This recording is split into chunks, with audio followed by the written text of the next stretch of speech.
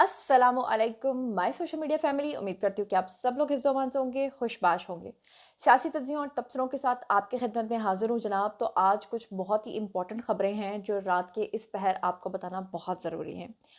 तो सबसे पहली जो ख़बर मैंने आपके साथ शेयर करनी है वो आप लोग जानते हैं कि पिछले 2 दिन से ये न्यूज़ चल रही थी। सबसे पहले ये न्यूज़ मैंने आपको ब्रेक की थी, सबसे पहले मैंने ट्वीट भी किया था और आपको सबसे पहले मैंने बताया था कि जस्टिस काज़ी फ़ाइज़ ईसा की गाड़ी के ऊपर जिन लोगों ने हमला किया था, फिर आप लोगों ने देखा कि किस तरह से उनकी गाड़ी के शीशों के ऊपर और जिस तरह से उनके ऊपर धावा बोला गया, जिस तरह से बदतमीज़ी की गई, जिस तरह से वहाँ पर गालियाँ दी गईं और फिर उसके बाद हम लोगों ने सबने मिलकर यक आवाज़ होकर ये कहा था कि हुकूमत को, रियासत को अब इन लोगों के खिलाफ जो है वो कार्रवाई करनी चाहिए। और उस सिलसिले में मोहसिन नकवी साहब का भी ऐलान आया था। उन्होंने भी कहा था कि जनाब अब इन लोगों के खिलाफ जिन्होंने वहाँ लंदन के अंदर जस्टिस काज़ी फ़ाइज़ ईसा के साथ बदतमीज़ी की, उनकी गाड़ी के ऊपर हमला किया, उनके पीछे कुत्तों की तरह भौंकते हुए भागे हैं, तो अब उनके खिलाफ कार्रवाई की जाएगी और फिर उसके बाद कार्रवाई का आगाज़ हो गया। उससे पहले मैंने आपको बताया था कि शायान अली समेत जितना भी इनका ये टोला था, पहले ये समझ रहा था कि इनके खिलाफ जो है वो कुछ भी नहीं हो सकता, क्योंकि इनको ये ज़ोन था या इनको ये लगता था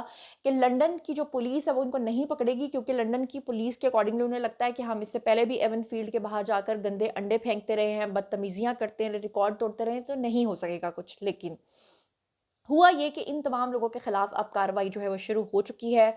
स्कॉटलैंड यार्ड जो है वो शुरू हो चुका है जी गिरफ्तारियां करना, और वो सारी चीज़ें तो मैं आपको प्रीवियस व्लॉग में बता चुकी हूँ। लेकिन नई बात यह है कि शायान की जो वालदा हैं, उनको जब पकड़ने के लिए पुलिस वहां पर पहुंची तो उस औरत की हवाइयां उड़ गईं। मुंह से मास्क नहीं उतार रही थी और उसके खुश्क हलक से उसे बोला नहीं जा रहा था। और जिस वक्त स्कॉटलैंड यार्ड या वहाँ की जो पुलिस है वो वहां पर पहुंची और शायान की वालदा को गिरफ्तार करने के लिए उन्होंने वारंट्स दिखाए, तो एक तो उस खातून की हवाइयां उड़ी हुई थी, दूसरी तरफ जो जर्नलिस्ट थे वो वहां पर, जो रिपोर्टर साथ में गए थे, वो वीडियोस बना रहे थे। अब जब वो रिपोर्टर्स बना रहे थे वीडियोस, तो वो खातून जो मोहतरमा है वो उन सबको मना कर रही थी कि आप लोग हमारे वीडियोस क्यों बना रहे हो, हमारे निजी वीडियोस हैं, अगर पुलिस मुझे गिरफ्तार करने भी आई है तो आप लोग मेरे वीडियोस बनाकर क्या साबित करना चाहते हो। जिस पे वो जो रिपोर्टर्स हैं उन्होंने मुंह तोड़ जवाब दिया कि जब आप लोग ये सब हरकत करते हो, जब आप अच्छी और मुअज़्ज़ज़ शख्सियात के पीछे कुत्ता बन बन के फिरते हो, भागते हो, और जब आप जो है वो ये तमाम चीज़ें करते हो, तो ये सब कुछ जायज़ होती हैं। और हम जर्नलिस्ट होकर आपकी फुटेज नहीं बना सकते। जिस पे उसकी वालदा जो है वो काफ़ी बेबस दिखाई दी। आने वाले दिनों में कहा जा रहा है कि इनके खिलाफ जो है वो कार्रवाई होगी, लेकिन मुझे अगर आप ज़ाती तौर पे पूछे तो नहीं लगता। हाँ, मुझे ये पता है पुलिस चक्कर लगाएगी, वार्निंग्स देगी, लेकिन करेगी कुछ, ये मुझे लगता है कि नहीं होगा। अच्छा जी, दूसरी एक और बड़ी खबर आपके साथ शेयर करनी है, जो कि बहुत सारे लोगों ने आपके साथ शेयर नहीं की होगी। आई डोंट नो कि इस पे किसी ने व्लॉग बनाया होगा या नहीं बनाया होगा, लेकिन मैं आपको इस खबर के बारे में आगाह कर रही हूँ कि बुशरा बीबी और ख़ावर मानिका के जो 2 बेटे हैं, उनके नाक़ाबिल ज़मानत वारंट गिरफ़्तारी जारी हो गए हैं। अब आप लोग कहोगे कि जो ख़ावर मानिका हैं, उनके, बुशरा बीबी के जो दोनों बेटे हैं, उनके खिलाफ क्यों वारंट गिरफ़्तारी जो है वो जारी हुए हैं? तो उसकी तफ़सीलात से आपको आगाह कर देती हूँ। बेसिकली एंटी करप्शन जो कोर्ट है, उन्होंने ख़ावर मानिका के 2 बेटों के नाक़ाबिल ज़मानत वारंट गिरफ़्तारी जो हैं वो जारी कर दिए हैं। साहिवाल में एंटी करप्शन कोर्ट में ख़ावर मानिका और उनके 2 बेटों के खिलाफ करप्शन केस की समाअत जो है वो हुई। इससे पहले भी उनके ऊपर ये केस चल रहा था और इस मौके पे ख़ावर मानिका और स्पेशल जज एंटी करप्शन, जिनका नाम है जी आसिफ बशीर, उनकी अदालत के अंदर ये लोग पेश हुए। अदालत ने बुशा बीबी और ख़ावर मानिका के जो 2 बेटे हैं, जिनका नाम है जनाब इब्राहिम मानिका और मूसा मानिका, उनके नाकाबिले ज़मानत वारंट गिरफ्तारी जारी की है और दोनों मुल्ज़िमान जो हैं वो मफ़रूर हैं और इस वक्त वो मंजर आम पर नहीं है। अदालत ने एक बड़ा हुक्म जारी किया जिसमें अदालत ने ये कहा कि दोनों मफ़रूर मुल्ज़िमान को गिरफ्तार करके 15 नवंबर को हर सूरत अदालत के अंदर पेश किया जाए। वो जहाँ कहीं भी हैं उन्हें पेश किया जाए और वो मज़ीद मफ़रूर जो है वो अब नहीं रह सकते। ये अदालत ने बड़ा हुक्म जारी किया। आपको बताती चलूँ कि ख़ावर मानिका और उनके 2 बेटों के ऊपर अगस्त 2023 से 11 करोड़ रुपए के गबन का एक मुकदमा चल रहा है, जिसकी वजह से, उनके बेटों के पेश ना होने की वजह से और लगातार मफ़रूर रहने की वजह से जो है वो ये मामला जो हैं उनको फ़ेस करने पड़ रहे हैं। अब आने वाले दिन बताएँगे कि अगर 15 नवंबर को भी वो पेश नहीं होते तो फिर अदालत जो है वो अगला हुक्मनामा क्या जारी करती है। जबकि दूसरी तरफ आप लोगों को मैं बता चुकी हूँ कि 190 मिलियन पाउंड का जो केस बुशरा बीबी और इमरान खान के ऊपर चल रहा है, उसके ऊपर भी अभी तक फ़र्द जुर्म जो है वो दोनों हज़रात पे आयद नहीं हो सकी। अब चलते हैं जी अगली खबर की तरफ। अगली खबर जनाब ये है कि शेर अफजल मरवत ने गुज़श्ता रोज़ जो है वो एक बयान दिया था, जिसके बाद पीटीआई के अंदर एक अजीब सी जो है ना हलचल मच गई थी। शेर अफजल मरवत ने कहा था कि अगर इमरान खान ये समझते हैं कि वो नवाज शरीफ की मर्जी और मंशा के बगैर आज़ाद हो जाएंगे, छूट जाएंगे, तो ये पॉसिबल नहीं। उन्होंने कहा था कि अगर इमरान खान जो है वो छूटना चाहते हैं, जेल से बाहर निकलना चाहते हैं, तो उनको अब भी नवाज शरीफ की ज़रूरत पड़ेगी। एक लिहाज से देखा जाए तो एक बिटर रियलिटी है, ये सच्चाई है। लेकिन इसके ऊपर इमरान रियाज खान समेत बहुत सारे लोगों ने जो है वो शेर अफजल मरवत का मजाक उड़ाया और उनको बहुत बुरा भला कहा गया। लेकिन शेर अफजल मरवत हमेशा से अपने बयानात के मामले में जो है वो डरते डरते तो किसी से है नहीं। उनके जो दिल में आता है वो कहते हैं। तो अब की बार शेर अफजल मरवत ने एक और बड़ा बयान जो है वो दाग दिया है।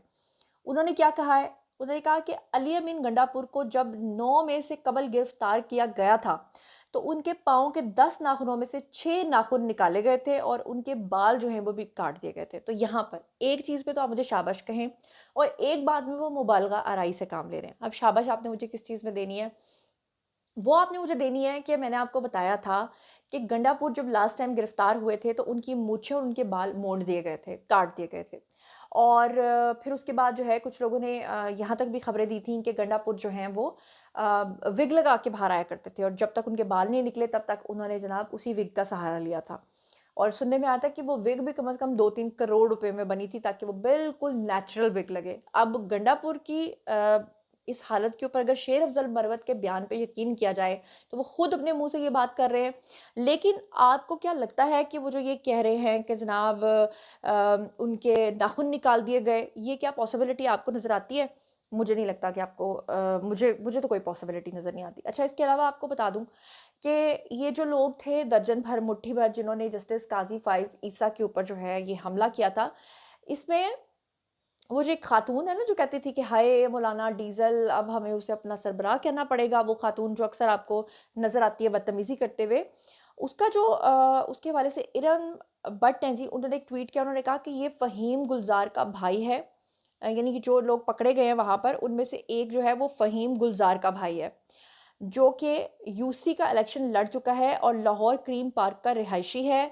माँ बेटा सदफ मुमताज़ मलिक और शायान अली जो है वो साउथ वेस्ट लंदन का रिहायशी है। और ये जो इलेक्शन लड़े हैं ये पीटीआई के उम्मीदवार हैं और इनका नाम है जी हाफिज़ मोहम्मद ज़ुबैर। तो आप अंदाज़ा करें कि शक्ल मोमिना तो करतूत काफ़रा, लेकिन इनके मामले जो हैं वो शक्ल भी मोमिना नहीं है। अच्छा, अब मैं आपके साथ अगली खबर शेयर कर लेती हूँ। अगली खबर ये है कि आप लोगों को पता है कि पाकिस्तान के अंदर अब सरमायाकारी आना शुरू हो गई है। पिछले दिनों मलेशिया के सदर आए हुए थे, उससे पहले सऊदी अरब के भी आए हुए थे प्रिंस, और अभी सऊदी प्रिंस के साथ भी जो है शहबाज शरीफ उनकी मुलाकात हुई, फिर वो कतर रवाना हो गए। अब आपको बताऊं कि सऊदी अरब ने पाकिस्तान के साथ 2.2 अरब डॉलर्स जो हैं उसकी सरमायाकारी का वादा किया था। पिछले दिनों सऊदी अरब के लोग जो हैं वो यहाँ पर आए थे और मुफाहमती याददाश्तों के ऊपर सिग्नेचर्स भी किए थे। लेकिन अब बड़ी और मज़ेदार खबर ये है कि सऊदी अरब ने यह ऐलान किया है कि वो जो सरमायाकारी उन्होंने पाकिस्तान के साथ की थी 2.2 अरब डॉलर्स की, उसको बढ़ाकर अब वो 2.8 अरब डॉलर करने जा रहे हैं। इसकी क्या तफसीलात हैं ज़रा सुन लीजिएगा। शहबाज शरीफ ने सऊदी वज़ीर सरमायाकारी खालिद बिन अब्दुल अज़ीज़ के हमरा जो है वो एक मुश्तरका प्रेस कॉन्फ्रेंस की, जिसके दौरान उन्होंने कहा कि पाकिस्तान में सरमायाकारी 2.2 अरब डॉलर से बढ़ाकर 2.8 अरब डॉलर करने का ऐलान कर दिया गया है सऊदी अरब की तरफ से। खालिद बिन अब्दुल अजीज़ ने कहा कि जब हम पाकिस्तान गए थे तो 27 मुफाहमती याददाश्तों के तहत हमने 2.2 अरब डॉलर्स की सरमायाकारी पर इत्तफाक किया था। तो उस वक्त ही हमने कहा था कि ये आगाज़ है और इसमें मज़ीद इजाफा करते चले जाएंगे। सऊदी वज़ीर की जानिब से मज़ीद सरमायाकारी के ऐलान पर वज़ीर आज़म शहबाज शरीफ ने इजहार तशक्कुर करते हुए कहा कि माली मामलात में पाकिस्तान के साथ ताउन पर सऊदी वली अहद का शुक्रिया अदा करते हैं।